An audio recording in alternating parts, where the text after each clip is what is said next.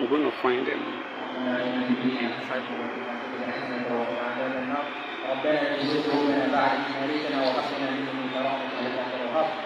ربنا هب لنا من ازواجنا وذرياتنا قرة اعين واجعلنا للمتقين اماما. بسم الله الرحمن الرحيم. الحمد لله رب العالمين الرحمن الرحيم مالك يوم الدين. اياك نعبد واياك نستعين اهدنا الصراط المستقيم صراط الذين انعمت عليهم غير المغضوب عليهم ولا الضالين. سبحان ربك رب العزة عما يصفون وسلام على المرسلين والحمد لله رب العالمين. أعوذ بالله من الشيطان الرجيم. بسم الله الرحمن الرحيم. لا خير في كثير من نجواهم إلا من أمر بصدقة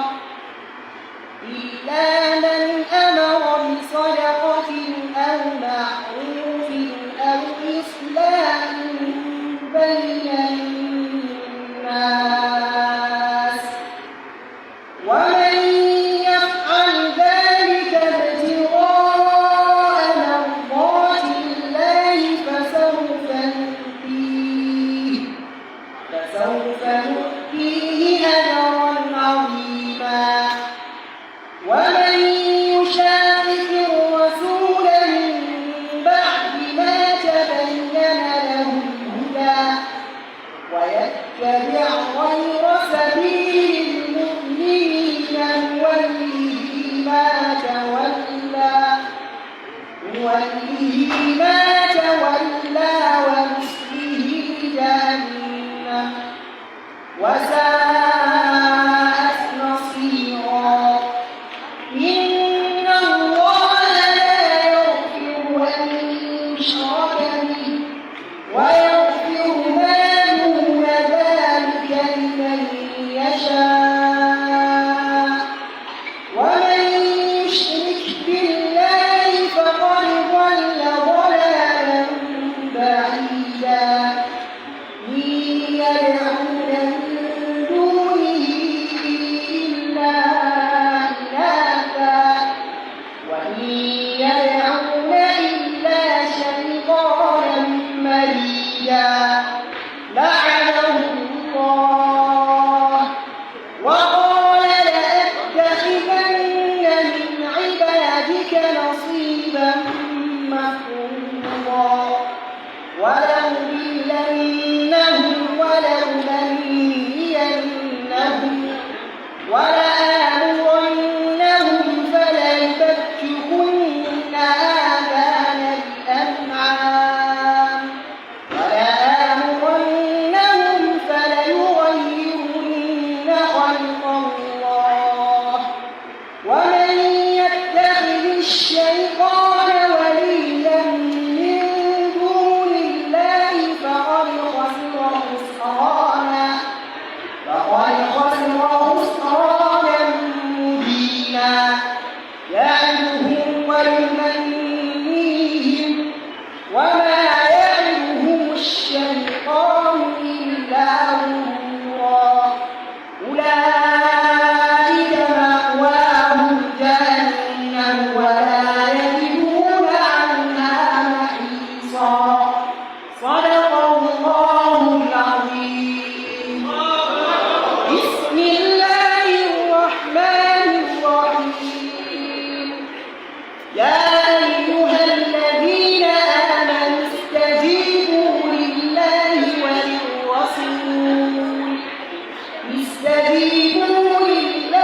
وللرسول إذا دعاكم لما يحييكم واعلموا أن الله يحول بين المرء وقلبه وأنه إليه تحشرون. واتقوا فتنة لا تصيبن الذين ظلموا منكم خاصة واعلموا أن الله شديد العقاب. واذكروا إذ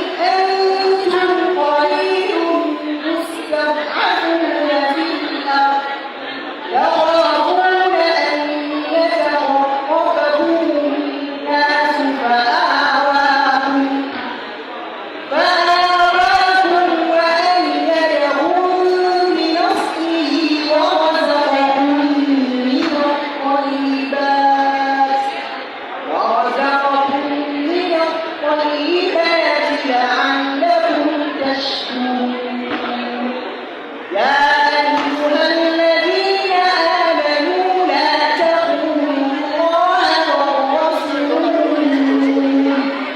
وتخونوا أماناتكم وأنتم تعلمون واعلموا أنما أموالكم وأولادكم فتنة وأن الله عنده أجر عظيم يا أيها الذين آمنوا إن تتقوا الله يجعل لكم فرقانا ويكفر عنكم سيئاتكم ويغفر لكم والله ذو الفضل العظيم وإذ يمكر بك الذين كفروا ليثبتوك أو يقتلوك أو يخرجوك ويمكرون ويمكر الله والله خير الماكرين وإذا تتلى عليهم آياتنا قالوا قد لو نشاء لقلنا مثل هذا إن هذا إلا أساطير الأولين وإذ قالوا اللهم إن كان هذا هو الحق من عندك فأمطر علينا حجارة من السماء أو ائتنا بعذاب أليم وما كان الله ليعذبهم وأنت فيهم وما كان الله معذبهم وهم يستغفرون صدق الله العظيم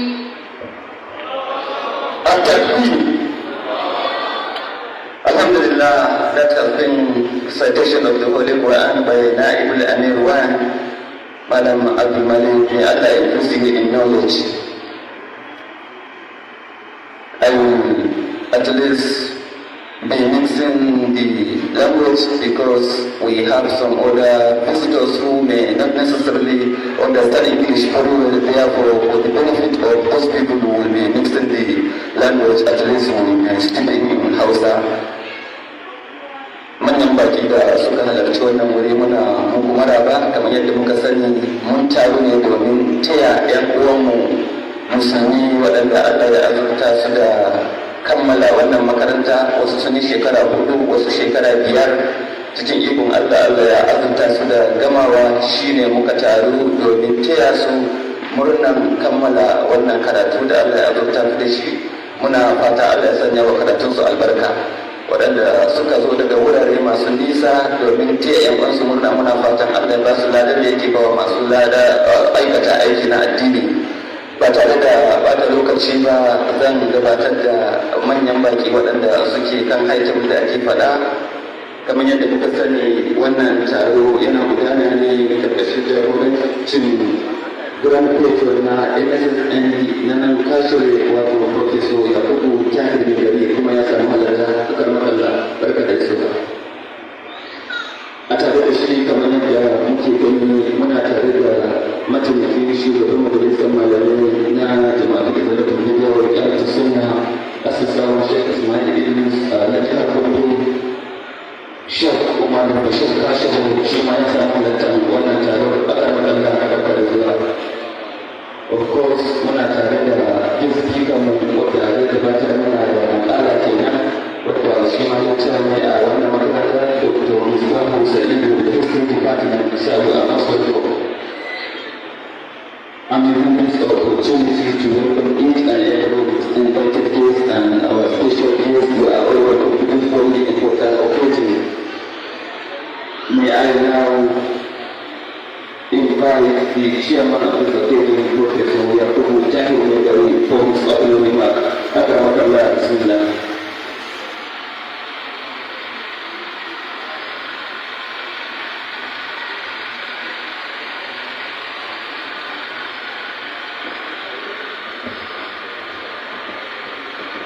بالله السميع العليم من الشيطان الرجيم. بسم الله الرحمن الرحيم.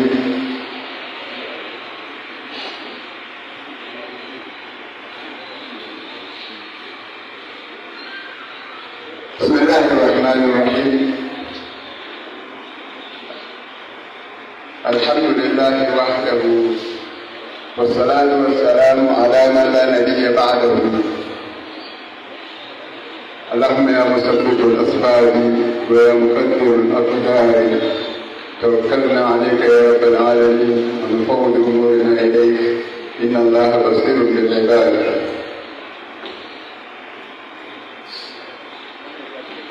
I stand here completely and absolutely delighted by seeing you, these many faces, blessed faces, who have come here to attend this very important occasion. This is a dual occasion, of course. We are here for the Wolimah of the Mssn, as well as the Wolimah for the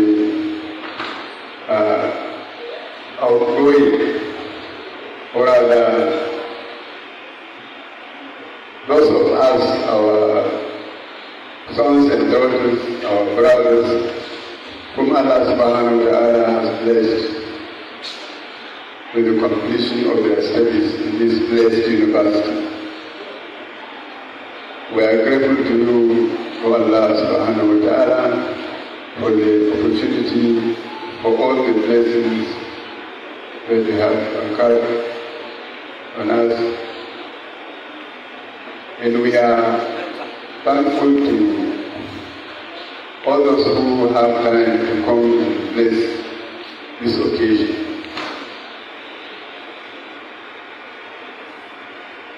This is purely an Islamic matter, so we are grateful to Allah subhanahu wa ta'ala specifically because He has enabled us to have this golden opportunity of celebrating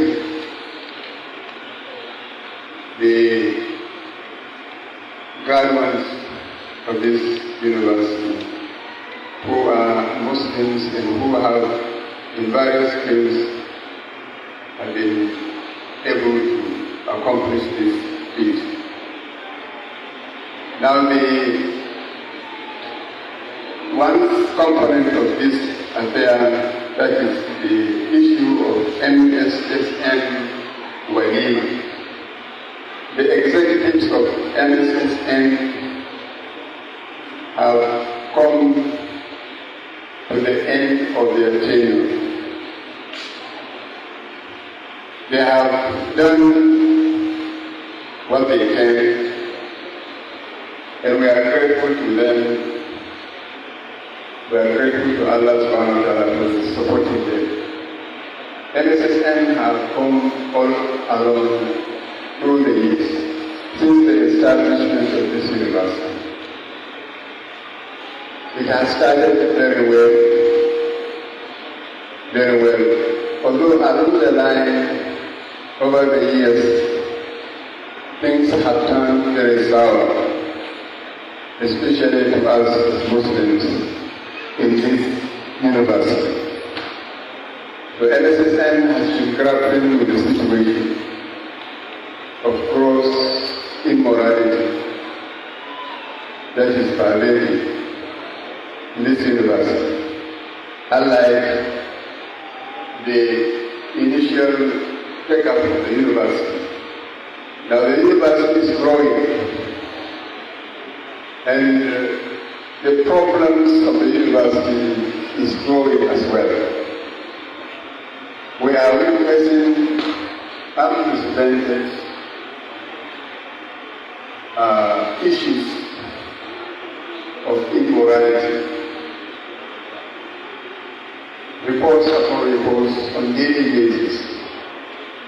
We keep saying that if the Muslim students of this university would do well to eschew and to avoid participating in all these activities, we shall achieve a lot in terms of bringing scientists, moral scientists specifically, to this university. So therefore, I am directing this advice to the incoming executives. The things are not very easy. And all eyes are on you now to do what you can to make sure that the moral environment and atmosphere of this university is the best it can be. So the role of Mssn is primarily that of Amr bil Ma'ruf and Nahy anil Munkar, commanding what is good and prohibiting as well as eradicating all the undesirable issues in the smooth life of Muslims. So we are prayerful that Allah subhanahu wa ta'ala will make this takeover, handing over, a blessed one. And may Allah subhanahu wa ta'ala make the new expo of our world to be shown today to be able to carry Mssn to greater height. We want to assure you that all the staff in this university, Muslim staff of this university, are behind you and are ready to render all the kinds of support, encouragement, and assistance to you in the discharge of your responsibilities. Mssn has a very significant role to play, not only in the university, but in the whole of Kashmir town.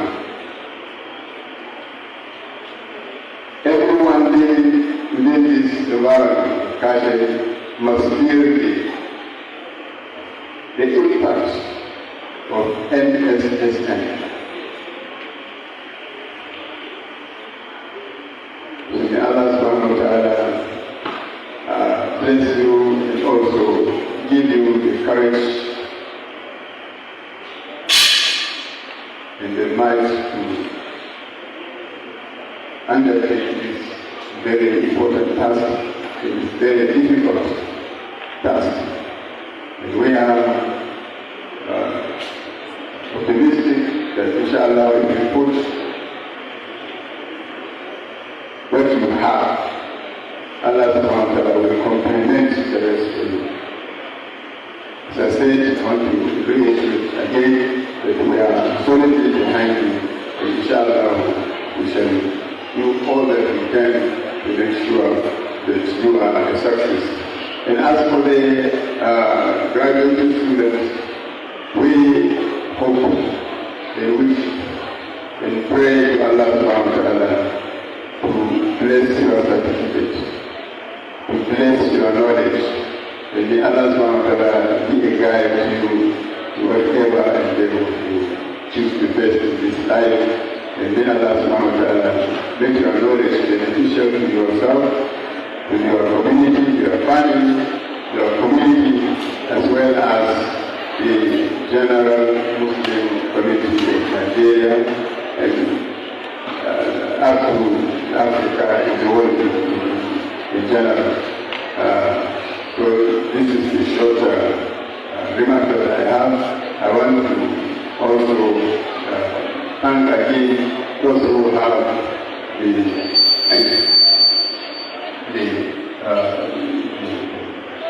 for those who care in mind to come to us.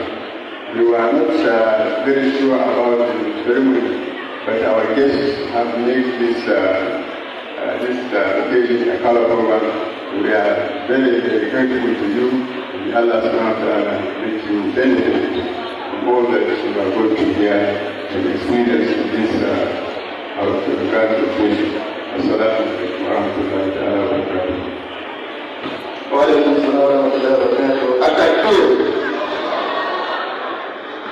That has been openly remarked by the chairman of this occasion, Professor Yakubu Tahir Megari. May Allah bless you abundantly, sir.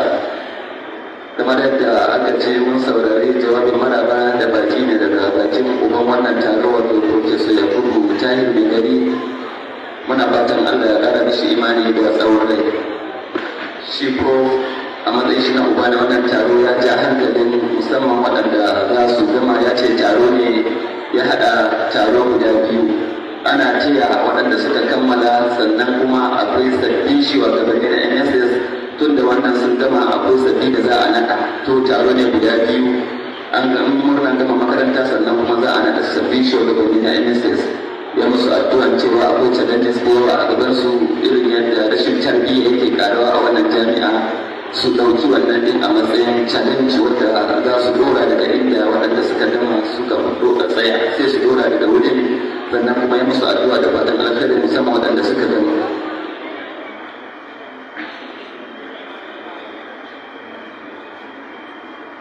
So wannan da aka ɗace shi ne jawabin da shi prof ya yi, sannan kuma kamar yadda na faɗa za a yi hakuri haka za mu dinga garwaya magana, muna yi da turanci, muna yi da hausa, muna yi da turanci ne saboda a jami'a ake yare da ake yadda da shi a yi magana da shi a jami'a shi ne turanci. Shi yasa kuma amma da akwai baki da muka gayyata waɗanda ba lallai bane su fahimci sabon, shi yasa muke ɗan garwayawa da fata waɗanda ba sa jin hausa sai su yi hakuri. Our next item on the agenda, before then please, we want to implore our students, especially we've invited some parents and invited guests. In case if a parent or an elderly person is ill, the students will kindly vacate his seat in order to honor our visitors. We hope you will cooperate. Dan da muna ba wa ɗalibai shawara idan iyaye suka zo su ko manyan baki a yi haƙuri a ba su wurin zama da wani girmama bako ibada ne, saboda da muna fata za a ba da haɗin kai. At this point in time, let me invite Dr. Mr. Hussaini from History Department to talk to us on the topic Muslim graduation in the age of discontent, historicizing responsibilities, challenges and prospects. Dr. Mr. kindly come to the podium for your presentation. I do Ramu, saurari magana ne daga bakin Dr. Mr. Hussaini daga History Department.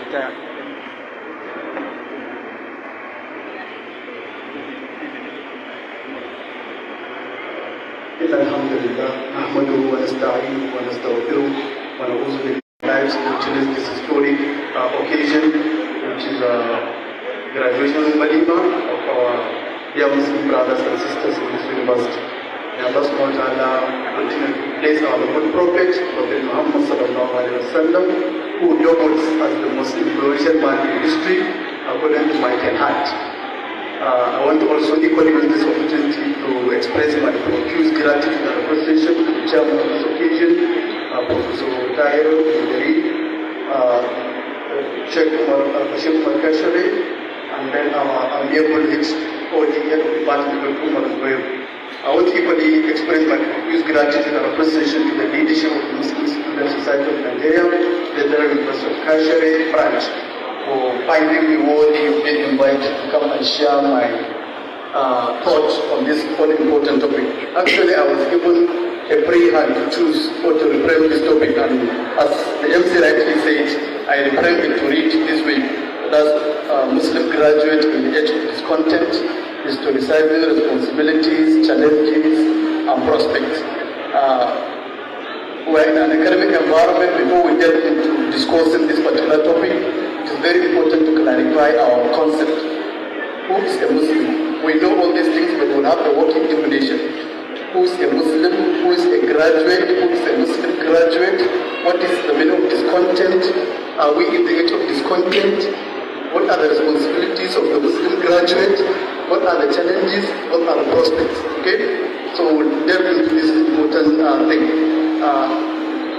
We need to define our concept because according to one scholar, Dr. Bala Usman, he says, failure to clarify a concept will make one to become a conceptual prisoner.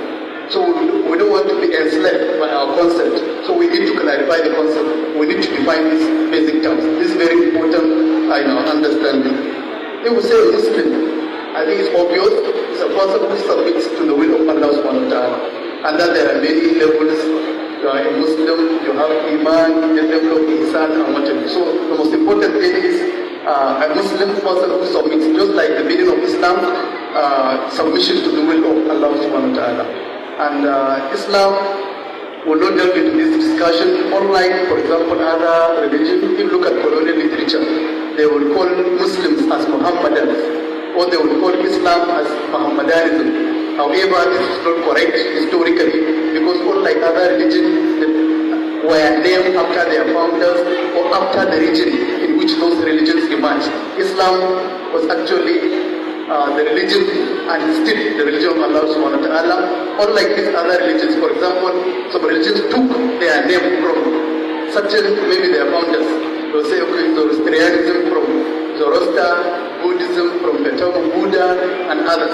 But in Islam, Allah subhanahu wa ta'ala, if you look at the various verses of the Quran, talk about this religion as is, okay, religion of Allah subhanahu wa ta'ala, and if you look at various verses, talk about even Prophet Abraham, or naming this Ummah, Muslims and Muslims. So, unlike other religions, if you look at various colonial literature, Islam is different, and then it's a complete way of life, and then all other prophets of Allah subhanahu wa ta'ala were Muslims, okay?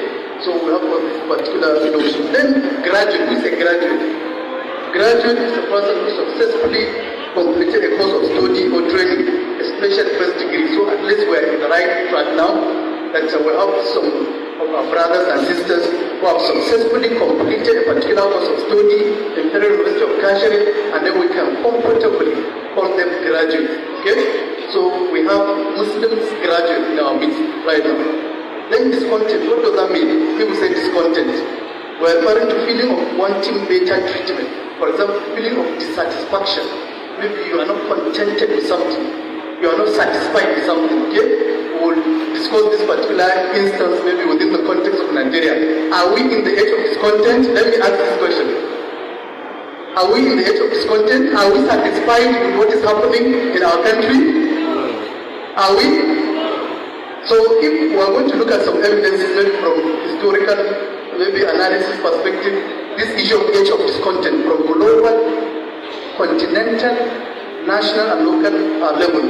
What is the meaning of this discontent? What is the nature and typologies of this discontent? Then we'll look at it. In history, there is what we call prehistory, period before the beginning of human history. Some scholars say it or define it as a period when man was a hunter and gatherer. Man did not develop a permanent settlement. Man was growing about. So they call it prehistory.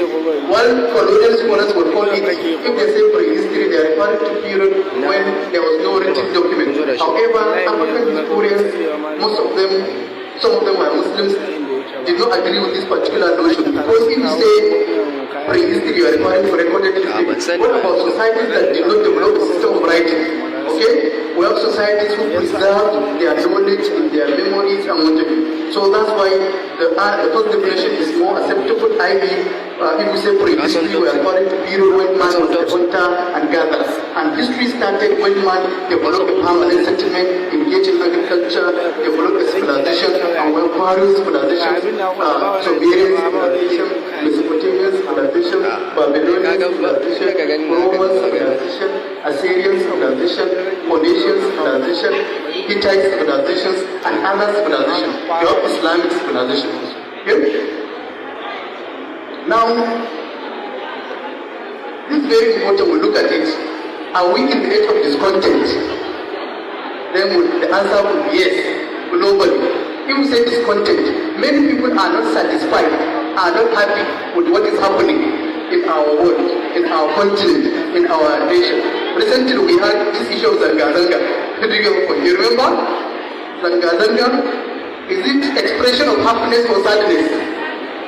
So, before even the Nigerian context, global context, we have Zanga-Zanga at the global level. People are not happy with even the democracy we are practicing. Even in the United States of America, many people are not happy with the democracy. You get the point? There is one scholar called Francis Fukuyama. He said the end of history and the last one. He said the end of history is that Western liberal democracy will be the final form of government. Okay? But many events have proven him wrong, have shown that apart from democracy, you have other alternatives, other systems of government. So it means at the global level, at the political level, you have discontent. So there is what we call political discontent. At the economic level, you have discontent because many people are not satisfied with what is happening at the global level, at the global economy. Do you get the point? Many people are polarized. For example, African countries that were colonized, most of them are living in squalid economic conditions. So you have a problem when it comes to economic marginalization. So there is economic discontent. Socially, in fact, this discontent could be even at the level of an individual. You have emotional discontent. That's why the meaning of discontent is that you are maybe let down, you are feeling dissatisfied with what others have done, or even yourself. You have problem even with yourself, you have some problems. So there is also emotional discontent. So we want to establish the fact that yes, there is discontent in the world, politically, economically, and socio-culturally. Are you following? Then in Nigeria, I think this is obvious. There is discontent in Nigeria. If you look at the various phases in Nigerian history from independence to date, yes, you will say from 1960 to 1966, at least we had a crop of leaders, Sardaunas, Tafawa Balewas, Awolowos, Zeke, and what you who were patriotic enough. Do you get the point? They engaged in competition in order to develop their own region. So at least the level of political discontent at that particular period could be described as somehow minimal, compared to what we have later. So politically, we have history of discontent even in Nigeria. Economically, there is issue of discontent, poverty. In fact, not only poverty, grinding poverty, excruciating hunger, and other problems, joblessness. You have issue of discontent at the economic level. I don't want to forget this issue of social discontent also. At the level of our interaction, you have discontent. People are aggressive. Do you get the point? They said an angry man, hungry man is an angry man, something of that nature. So you see the level of discontent written on our faces. So you have social discontent. At the level of our even marriages, you have matrimonial discontent. If you get the point. If you look at the rate of divorce in our society, so there is even what I call matrimonial discontent. Okay, so at the level of our marriages and what you remember this verse in Surah Rum, which talks about this issue of marriage, tranquility in marriage. Like the Shaitan ومن آياته أن خلق لكم من أنفسكم أزواجا لتسكنوا إليها وجعل بينكم مودة ورحمة. If you look at it, this issue of tranquility is evaporating gradually. Do you get point? That's why you have even matrimonial discontent, even our families, in our homes and whatever. Now, having established the historicity, the veracity, the reality of this discontent, that we have discontent, then the most important thing is, as Muslim graduates, what should be our responsibilities? Do you get point? I think the first thing I mentioned is the issue of al-Iman and Amal Salih. Two things, you have faith and then you have rationality. This is very important. In fact, this is the foundation. You cannot even embark on changing your country, changing all these things if you have a problem with your Iman. Do your point. This is very important. If you look at even Surah Al-Asr, for example, it talks about Al-Asr. إن الإنسان لفي خسر إلا الذين آمنوا وعملوا الصالحات وتواصوا بالحق وتواصوا بالصبر. That's why Imam Shafi said لو ما أنزل الله حجة على خلقه إلا هذه السورة لكفته. for example, I think Allah subhanahu wa ta'ala did not reveal any other verse, any other chapter in the Holy Quran except this surah, it would have been enough because it has summarized the whole thing. This idea of an iman and then an amal salih. This is very important. I think this is the foundation for us to discuss even the responsibility of Muslim graduates in this age of discontent. Then we should be sure we should interrogate the nature of the Muslim graduate we have. And then this has a correlation with the nature of the Muslim undergraduate we have. For example, if from 100 level, 200 level, 3, 4, and then you are graduating now, it depends, it has multiplier effect. Whether, the type of Muslim graduate we have. Depends on what you have done in your 100 level, in your 200 level, in terms of morality as rightly observed by the chairman of this occasion. So this is very important. We take into cognizance this particular development. And then that's one aspect of the responsibility, i.e. for us to even discuss this issue of responsibility. What kind of a graduate do we have? Is it a graduate with questionable character? Is it a graduate with particular integrity? Is it a graduate with all manner of moral baggage and motive? Or a sound graduate with sound Islamic knowledge and motive? This takes us to the second idea, this responsibility, i.e. sound Islamic knowledge. We discuss this, what we call Islamophobia. Now, sound Islamic knowledge is very important in this regard. That for you to perform your responsibility as a graduate, besides some concrete example, in this case, you need to have this Islamic knowledge. Because you cannot defend what you don't know.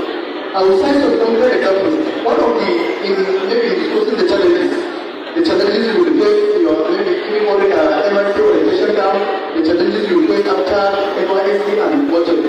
But sound Islamic knowledge is very important. We should know our religion first.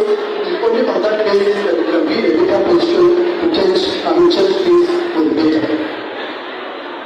And then we should also be in a position. For example, MSN was established in 1954. 6 years before our independence, MSN was established. And then as rightly observed by the chairman of the occasion, the aim for the establishment of MSN is actually and still is to combine what is good for people. But that's why even this Ummah, Allah subhanahu wa ta'ala says, كنتم خير أمة أخرجت للناس تأمرون بالمعروف وتنهون عن المنكر. This is the cornerstone. Okay, you command what is good, you forbid what is bad. That's what Ali Imran where Allah subhanahu wa ta'ala says. Even some of the prophetic traditions talk about this issue of commanding what is good and forbidding what is bad. For example, Prophet Isa will say in the book of the Hadith, مرة عملت منكرا وليغيره بيده فإن لم يستطع فبلسانه فإن لم يستطع فبقلبه وذلك أضعف الإيمان. What other prophetic traditions also talk about this particular development. So as a Muslim graduate, one of our responsibilities is to actually command what is good, forbid what is bad, and you can do it within what we call your cycle of influence and cycle of concern. Wherever you find yourself, in your family, in your place of work, in your NYC orientation camp, wherever, you can do it based on your level and motive. This is very important. And then another thing we are lacking, which perhaps inhibits our ability to perform our duties, is the issue of nationalism. One of our responsibilities that we should have this nationalist feeling. We should be patriotic. This patriotism is not against, Islam commands one has to be patriotic. Wherever you find yourself, naturally you will love the environment. We should love our country, we should love our environment. That's why some of the historians in Islam talk about Prophet is open his love for Mecca was from bigger point. When he was invited on the Hijrah from Mecca to Medina, he turned around, he looked at Mecca and made some important statement which shows that he was going to leave that particular place, that is birthplace. So the issue of nationalism has its own root even in Islamic history. So it's very important for us to perform these duties. We need to have this nationalist feeling. We need to have be patriotic. Do your point. And then we need to know our history. Are you following? You cannot be patriotic if you don't know the history of that particular community you are living. If you are living in Kashmir, you should know the history of Kashmir. Okay? If you know history of culture, at least you will be patriotic. You will defend the culture, identity of people of culture because you know the history. How do you follow it? And one thing which colonialism did to us was actually to distort, to soil our history. Colonialism, according to Franz Fanon, did not only siphon our resources, but also succeeded in distorting, soiling, tainting our history. It destroyed our history. Do you get the point? Prior to colonialism, we were living in harmony, for example, we have some pockets of resistance somewhere here and there. However, colonialism deliberately magnified this particular fault line to look at people who have not been related to one another prior to colonialism. That's why in colonial literature deliberately popularized this notion of 1914 amalgamation, that they said the north and south of Nigeria were brought together during colonialism. To give the impression that before colonialism there was something like interaction. However, according to even at the book, Introduction to Yoruba History, he said that people of northern Nigeria, predominantly Muslims, were interacting with their counterparts in the south. In fact, you should know, even in southern Nigeria, many Muslims in southern Nigeria, even in southeastern Nigeria, there is one area which we call NYJ. If you check this book, Islam in southeast Nigeria and the Islam baby. Somebody talk about all this. So, the point I am laboring to make here is that for a Muslim graduate, each or her responsibility, we need to be patriotic. And for us to be patriotic, we need to know our history in this context. And then we should also be modest, there should be moderation in our dealings. For example, in this campus, Istanbul, the University of Kashmir is one of the cosmopolitan, heterogeneous, diverse campuses.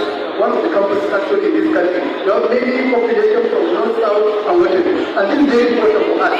That okay, we should be moderate, we should be considerate in our living. For example, with maybe non-Muslims and Muslims. We have seen that we live with them in our hostels and Muslims. So for us to discharge our responsibilities, we should have this particular notion of moderation.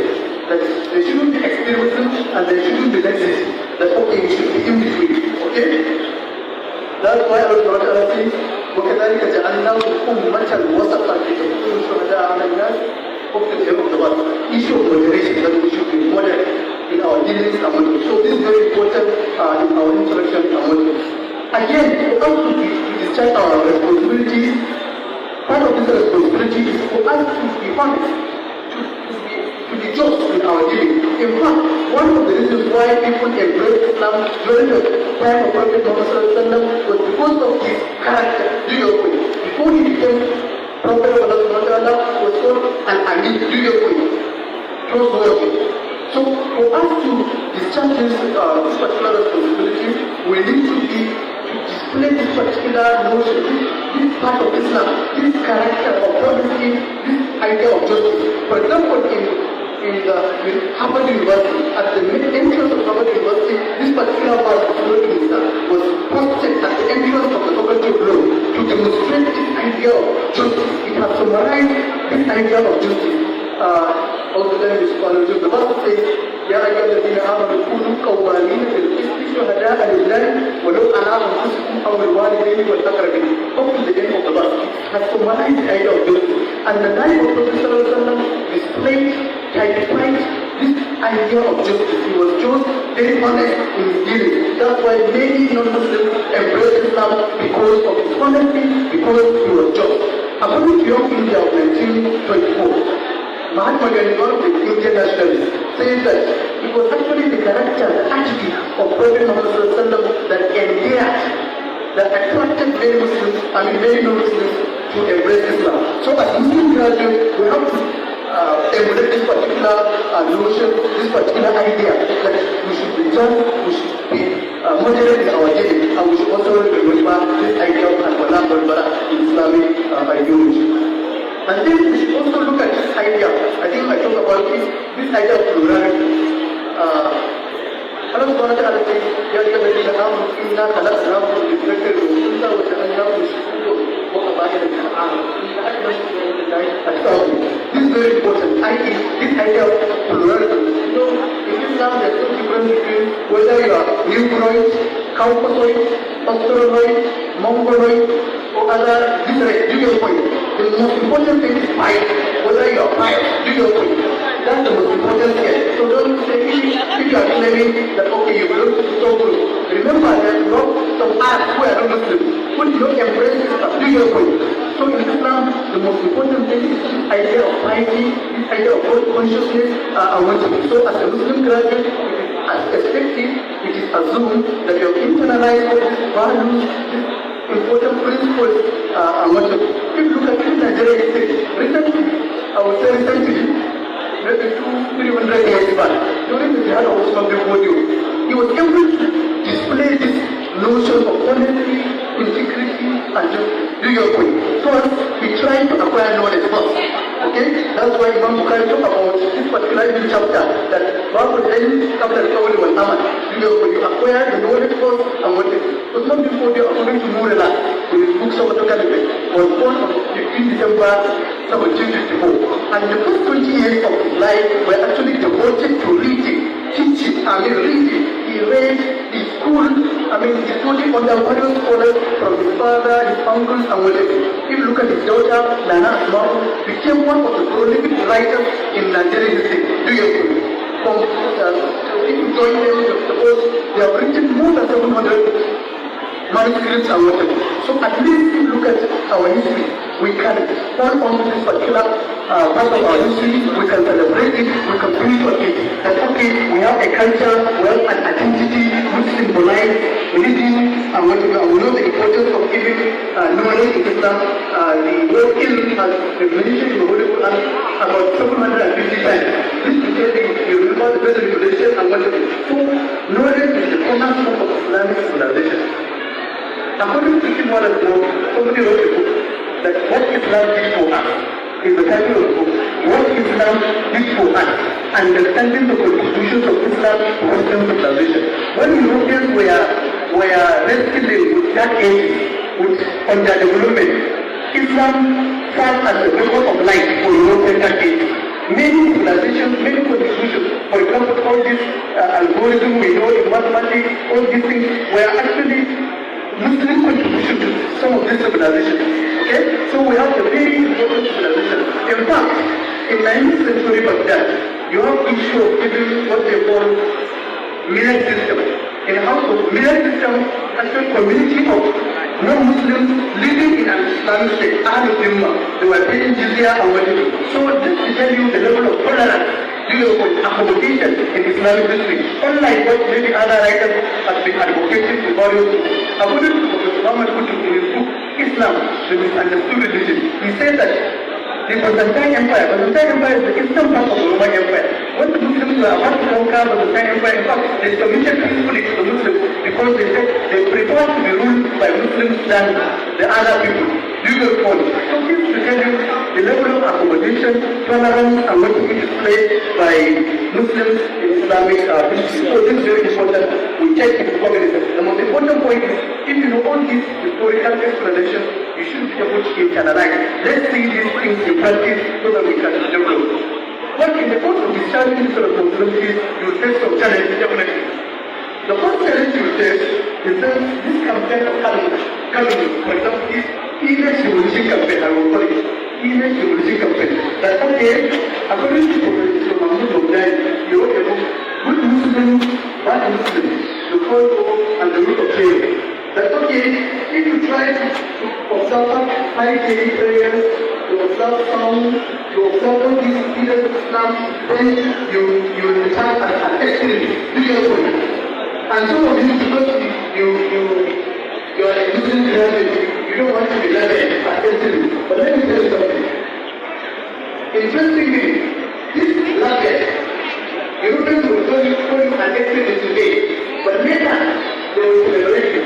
Let me try to put a example in our history. There was a time when Nelson Mandela was called a terrorist when he was fighting apartheid, in South Africa. But later he was given a Nobel Peace Prize. Look at the Nobel Prize. So don't matter when you are condemned. The most important point is you should know what you are doing. Okay? Mahatma Gandhi, when he was struggling for the independence of India, India was actually independent in 1947. When he was struggling, he was called all manner of names. Thereafter he was celebrated. You know point. The Al-Qaeda, for example, later they were condemned, but initially, Al-Qaeda, these people were recruited by the United States of America to fight Russians in Afghanistan. There was a time when somebody stood up in U.S. Parliament to celebrate, to praise this Mujahideen to high level. He said that they are the moral equivalent of the American founding fathers. Do your point. But later, they were called terrorists. Do your point. So the definition of terrorism is elastic, is fluid, depending on the interest involved at the time. So the point I want you to note, you should be a good Muslim. A good Muslim graduate. Don't bother about the names you recall. Don't bother about all these nomenclature. They change with time. They are elastic. Do your thing. So try to demonstrate the good version of Islam and Muslim. Then you will face with challenges. For example, even from the media. If you look at global media, okay, they will be called Muslim terrorists.